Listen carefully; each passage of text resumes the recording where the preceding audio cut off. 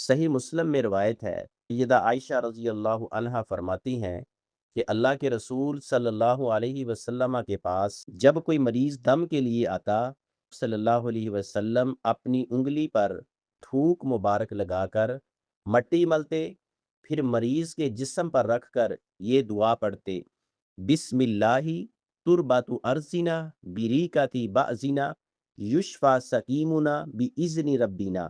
اس حدیث کا مفہوم یہ ہے، نبی کریم صلی اللہ علیہ وسلم کا اپنی انگلی مبارک پر تھوک مبارک لگانا اور اس کے ساتھ مٹی ملانا دراصل برکت اور تواضع کا اظہار تھا۔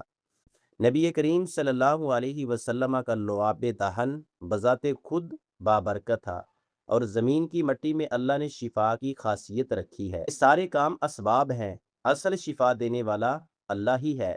یہ عمل خاص طور پر زخم، پھوڑے پھنسی یا جسم کے کسی درد والے حصے پر کیا جاتا تھا۔ کسی بھی ایسے مریض کو دم کرنے سے پہلے اپنی انگلی پر ہلکا سا تھوک لگا کر انگلی کو پاک مٹی کے ساتھ لگایا جائے تاکہ تھوڑی سی مٹی لگ جائے۔ اس کے بعد اسی حالت میں انگلی کو مریض کے زخم یا درد والی جگہ پر ہاتھ رکھا جائے اور یہ دعا پڑھی جائے: بسم اللہ تربت ارزنا بریکتی بعضنا یشفا سقیمنا باذن ربنا۔